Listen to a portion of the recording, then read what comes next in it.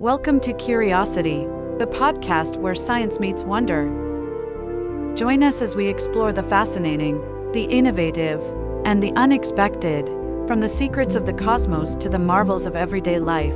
Each episode takes you on a journey to uncover the knowledge and stories that fuel our endless quest for understanding. Let your curiosity guide you. Imagine this for a second. You're walking into a room for the very first time. It could be a cafe in a city you've never visited, or a friend of a friend's new apartment. And then it just hits you. It's not a vague feeling. It's this incredibly specific, almost physical certainty. The way the light is hitting the dust motes in the air, the exact pattern on the rug, the murmur of a conversation from the next room, it all clicks into place. And this impossible thought just slams into your head. I've already lived this exact moment. It's a deeply weird feeling, right? That little glitch in your personal reality.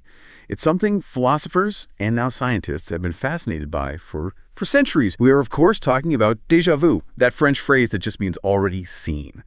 And if you're thinking this makes you some kind of, psychic or uniquely tuned into the universe, well, the data might surprise you.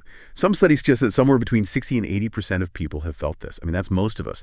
It's a pretty fundamental part of the human experience, it seems. It really is. And that prevalence, that's a real jumping off point.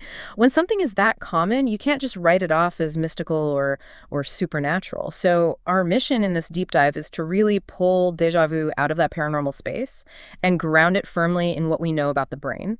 People love to call it a glitch in the matrix, and that's a fun way to think about it. But for neuroscientists, it's something way more interesting. It's a glitch in consciousness. It's one of those rare moments where the brain's usually seamless, invisible work suddenly fails.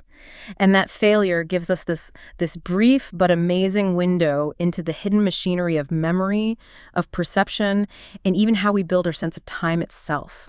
Okay, so let's unpack that feeling. Yeah. Because it's more than just simple recognition, isn't it? It's not like seeing a chair and thinking, oh, that looks like my grandma's chair. Oh, it's a world away from that, yeah. It's this deep gut level certainty that the entire moment, every single sensory detail has happened before.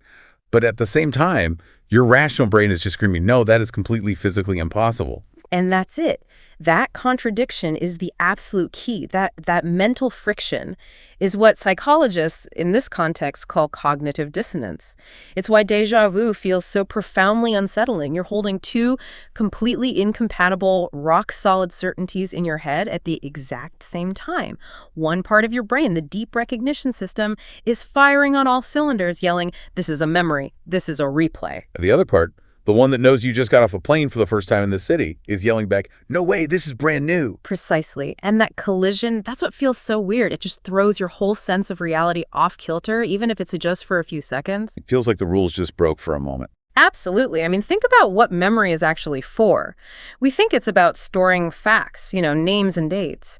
But its most critical job is to build a stable, predictable story of who we are and how the world works.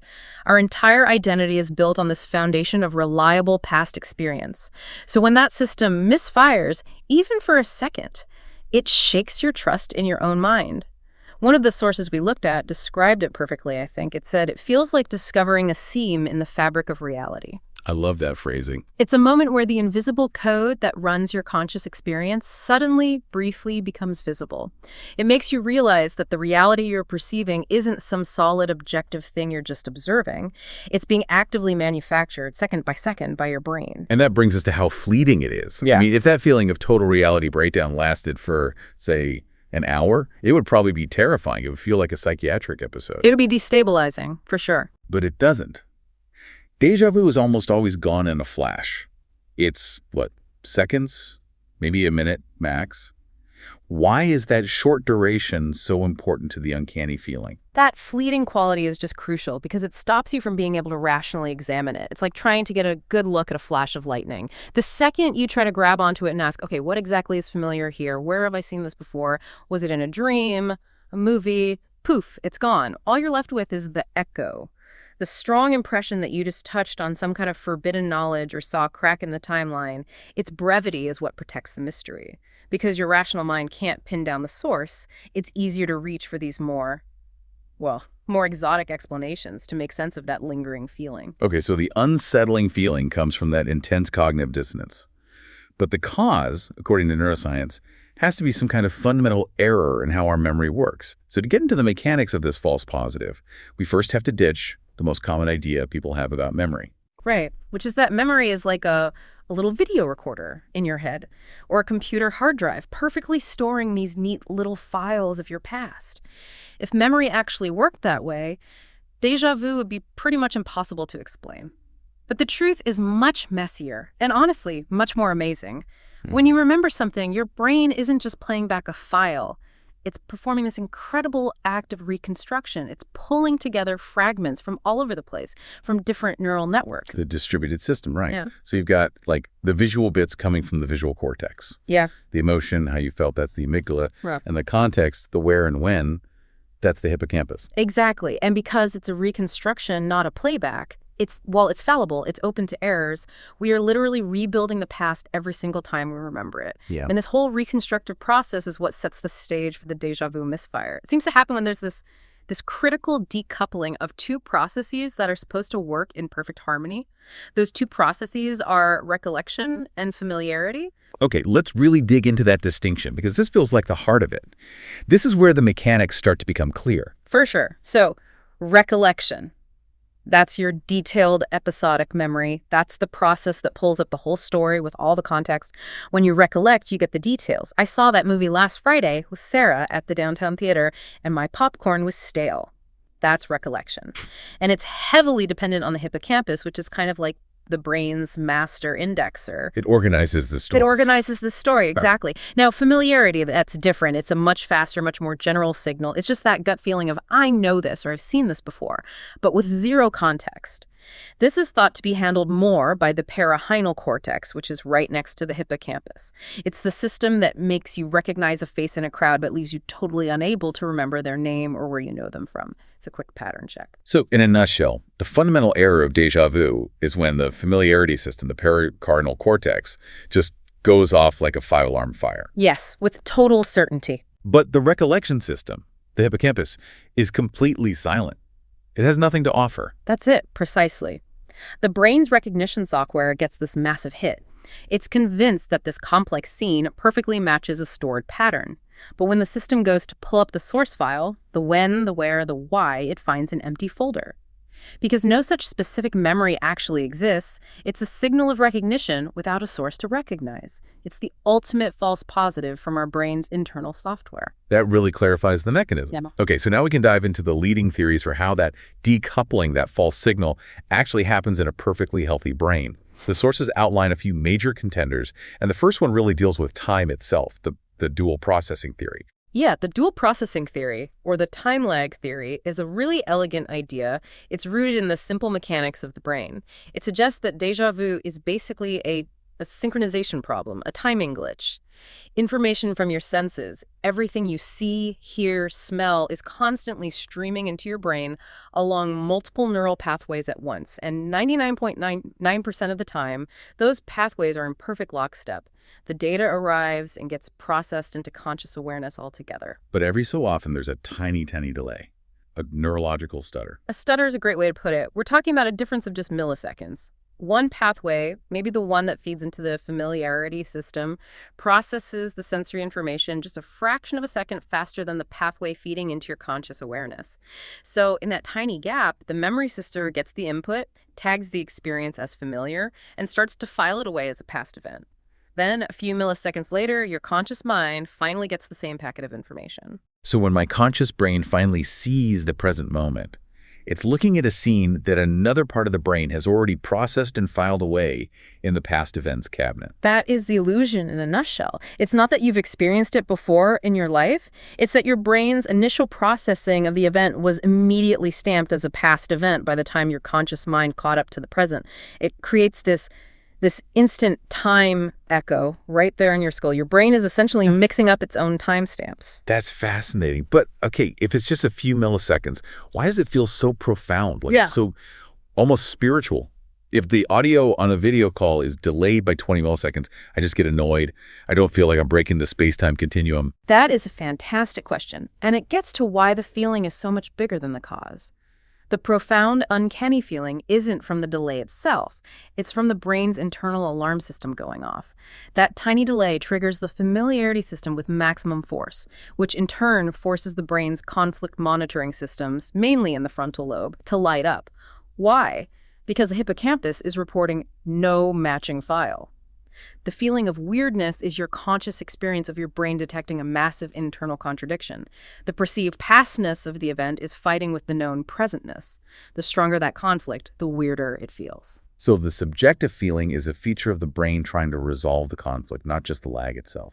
That makes sense. Okay, let's look at the second major theory, which is less about timing and more about how memories are stored. The hologram theory. Right. This one is also called the Gestalt familiarity hypothesis, and a lot of researchers really like it because it's so grounded in how memory retrieval actually works.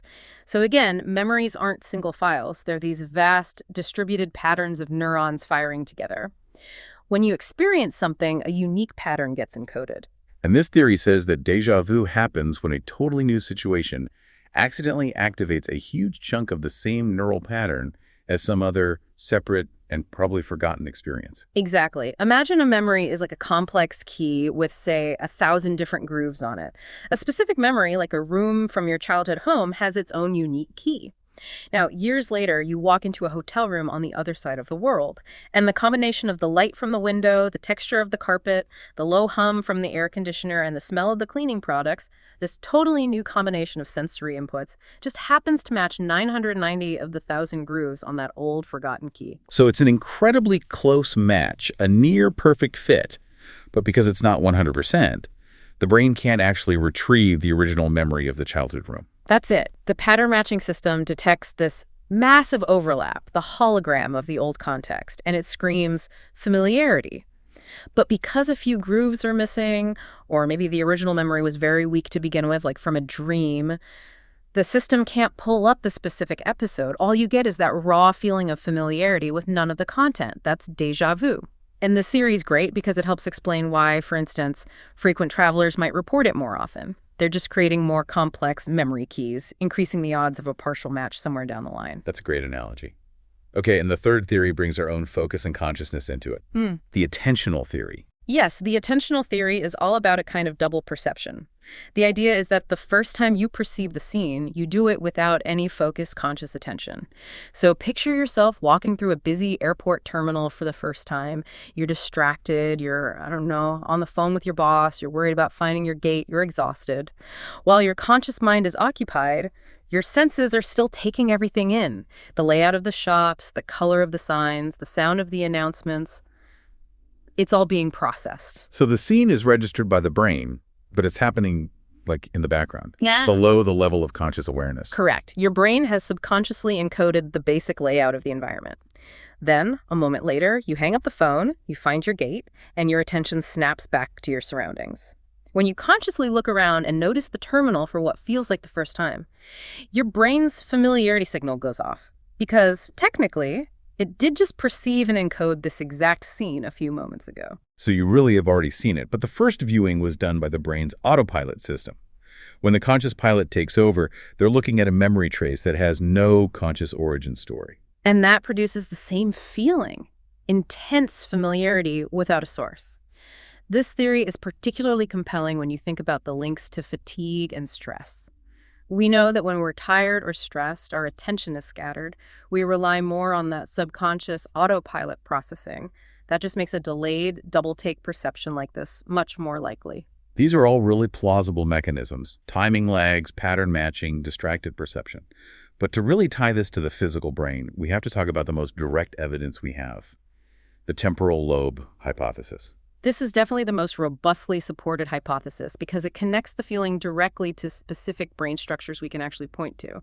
The temporal lobes, which are right there behind your temples, are they're mission control for high-level sensory processing, language, and especially for memory. And the star player in there, of course, is the hippocampus and its surrounding structures. And the really critical piece of evidence here comes from studying people with temporal lobe epilepsy, or TLE. That's right. For patients with TLE, déjà vu isn't just a once-in-a-blue-moon curiosity. They can experience it frequently, sometimes multiple times a day. And crucially, for many of them, it happens as a neurological aura, a distinct feeling that warns them a seizure is about to begin. This is a huge clue.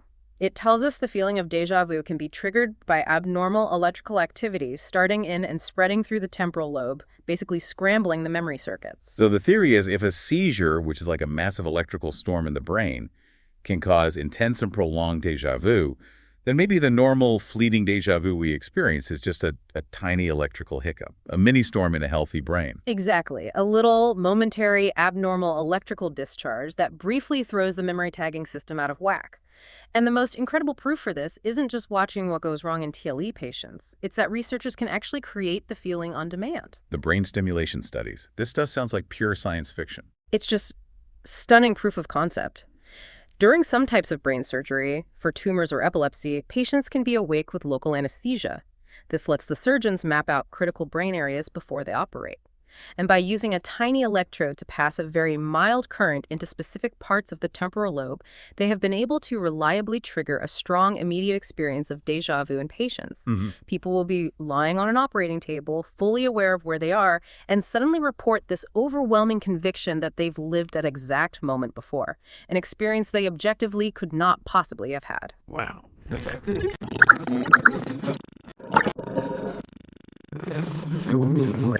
That is just mind-blowing. It really grounds the whole experience right down to the level of neurons firing. It kind of suggests our sense of reality is just one stray electrical spike away from going haywire. It really does, and this anatomical evidence is now feeding into an even bigger picture. Recent research is starting to look beyond just memory storage errors and is focusing more on one of the brain's most important jobs, prediction. The brain as a prediction engine. This feels like where the mechanics we've been talking about meet that really weird, subjective feeling of knowing what's coming next. Yes, exactly. Your brain isn't a passive organ just soaking up information. It's an active, future-oriented machine. It is constantly, and mostly unconsciously, generating predictions about what's going to happen next. It's what lets you catch a ball that's thrown at you or finish someone's sentence. You're running a constant simulation of the immediate future. And in this model, déjà vu is seen as a kind of prediction error. So the initial glitch, whether it's a time lag or a partial pattern match, accidentally triggers a prediction template from some other vaguely similar past event. The brain mislabels the current moment as a known script it should follow. That's the beautiful synthesis of the ideas. Because the memory system has incorrectly flagged the situation as familiar, the brain's predictive machinery kicks into high gear. It starts generating a stream of expectations for the next few seconds. You know, what that person is about to say, which way the cat is going to jump, what you'll see when you turn your head. And that's it. That explains the spookiest part of déjà vu, that powerful feeling that you know what's about to happen, even though you can never actually say it out loud before it does. That feeling of precognition is just an artifact. It's the brain's prediction system working perfectly, but based on faulty initial data. It's generating expectations from a script it thinks it knows. And while those predictions almost always turn out to be wrong if you actually try to test them, the internal certainty that you should know the future is what creates that surreal, psychic-like feeling. That's a really key distinction. The feeling of knowing versus actually knowing. It's no wonder people leap to supernatural conclusions. The internal feeling is just so powerful. And that leap is a totally natural human response to that level of cognitive dissonance. When the fundamental rules of your reality, that the past is over and the future is unwritten, seem to break down, your mind grasps for an explanation that fits the scale of the experience. Parallel universes, past lives. They feel more appropriate than a few neurons misfired. So moving on from the how, let's talk about the who. The data shows some really clear patterns in who experiences this, and it starts with a strong link to age. It does. Déjà vu is most common in teenagers and young adults, people in their 20s. Then the frequency drops off pretty steadily as we get older, and it's quite rare in people over 60. This is a pretty strong clue that the phenomenon is tied to a brain that is in a high state of memory formation and change. Younger brains are just busier. They're forging new neural pathways at an incredible rate, encoding new experiences, learning about the world. That high level of activity just makes them more prone to the occasional processing error or timing glitch. The machinery is running at full speed, so there's a higher chance of a little hiccup. That's a good way to put it. And then we see correlations with lifestyle factors, too. There are clear links to stress, to fatigue, and especially to sleep deprivation. When your brain is exhausted, that delicate millisecond perfect timing needed to coordinate the familiarity and recollection signals just becomes less reliable. A tired brain is an error-prone brain. It's a simple hardware issue, really. The resources are depleted. And then there's that really counterintuitive one you mentioned earlier. The sources say that people with higher levels of education and people who travel a lot actually report more déjà vu. That seems backward. It does at first, but it loops right back to the hologram theory, the partial pattern matching. Think about it. A higher level of education usually means you're processing and categorizing more complex, abstract information. You have a richer, denser database of memories and concepts. And frequent travelers are doing the same thing, but with sensory environments. They're constantly flooding their brains with novel sights, sounds, layouts, smells. When you dramatically increase the sheer volume and complexity of the memories you've stored, you just increase the mathematical probability of a random new scene having a high degree of overlap with some forgotten old scene. The more data points you have, the more likely you are to find a coincidental pattern match. So having a richer life experience just gives your brain more opportunities to get its wires crossed. In a way, yes. It's a byproduct of having a very active and well-stocked mind. Now, it's really important we draw a clear line between this normal, fleeting, fascinating glitch and its much more serious cousin, pathological déjà vu. Yes, this is a crucial distinction. Pathological déjà vu is a whole different beast. It's a truly awful and distressing condition. This isn't a fleeting feeling. It can be chronic, it can be intense, it can last for hours or even days, and the psychological toll is immense. It's almost always linked to a clear neurological condition, most often severe temporal lobe epilepsy, but also some anxiety disorders and chronic migraines. I can't even imagine that. That complete loss of trust in your own perception must be incredibly destabilizing. It shatters your sense of self. Imagine living in a state where you are never sure if you are experiencing the present moment for the first time. Every new experience feels like a rerun. People with this condition can't form coherent new memories because everything is immediately stamped as past. It's the ultimate breakdown of your brain's ability to map time, to know what now is. It really shows you how vital that simple, stable sense of reality is for our sanity. Thinking about that gravity really helps us appreciate the normal mechanism. And this idea of a faulty recognition signal brings us to this whole spectrum of related errors. We've been talking about already seen, but there's its bizarre opposite, jamais vu. Jamais vu, never seen. It's the experience of false unfamiliarity. It's when you look at something you know intimately, the face of your partner, your own hands, a word you use every day, and for a moment it seems utterly strange, foreign, and meaningless. I think everyone's done that thing where you repeat a simple word like door over and over again until it just becomes a weird sound. It totally loses its meaning. That's it. That effect is called semantic satiation, and it's a perfect bite-sized example of jamais vu. You're temporarily overloading the neural circuits that connect the pattern of the word to its meaning. And what both déjà vu and jamais vu show us is so important. Our sense of recognition isn't a direct line to the truth. It's an active signal that the brain constructs. When that signal misfires, we get these glitches. Our sense of what is known is just an inference, not a fact. And the sources mentioned a couple other variations too, right? There's déjà vécu, which means already lived. That's an even more intense version, where it's not just the scene that feels familiar, but the emotions, the thoughts, the entire lived experience feels like a complete replay. And there's also déjà visité, already visited. That's a specifically spatial one, that uncanny and totally false feeling that you know your way around a brand new place. All these variants just show that the misfire can target different parts of our memory system. So, given how random and spontaneous this is, how in the world do scientists even begin to study it in a lab? You can't just schedule a déjà vu event. It's a huge challenge, yeah. So they had to get very clever. One of the older methods actually used hypnosis. To try and implant that feeling of familiarity. Pretty much. They'd hypnotize participants and give them a post-hypnotic suggestion, something like, when you see a red light flash, you will feel a strong sense of familiarity, but you won't know why. And it worked, to a degree. It's not a perfect replica, of course, but it showed that the feeling of familiarity can be separated from actual memory and manipulated. It supported the idea that it's a cognitive process that can go wrong. And what about more modern techniques? I know virtual reality has become a huge tool for neuroscientists. VR is perfect for this because you have total control over the environment. In these studies, they'll have someone explore a series of virtual rooms.